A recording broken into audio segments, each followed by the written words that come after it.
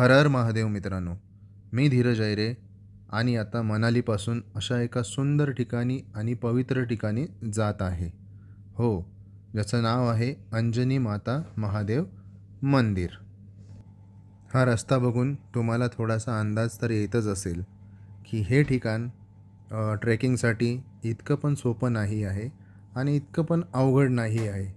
इथे जाण्यासाठी 2 ते 3 ऑप्शन्स तुम्हाला अवेलेबल आहेत.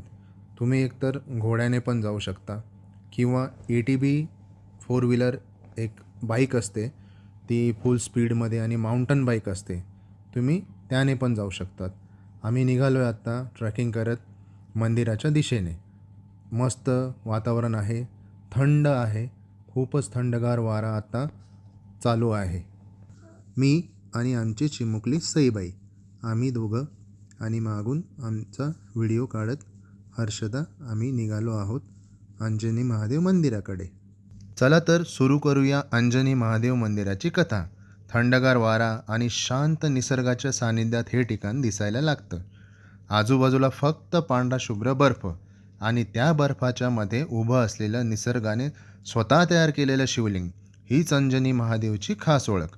असं मानलं जातं की भगवान हनुमानाची माता अंजनी यांनी याच ठिकाणी बसून भगवान शिवाची कठोर तपस्या केली होती.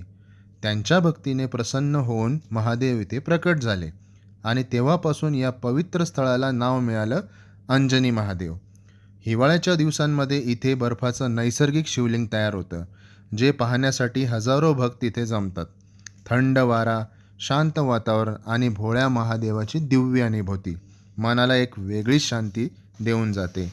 आज मी इथे माझ्या कुटुंबासोबत आलो आहे. आमची सईबाई, हर्षदा आणि हा सुंदर निसर्ग हा क्षण खरंच आयुष्यभर लक्षात राहणारा आहे.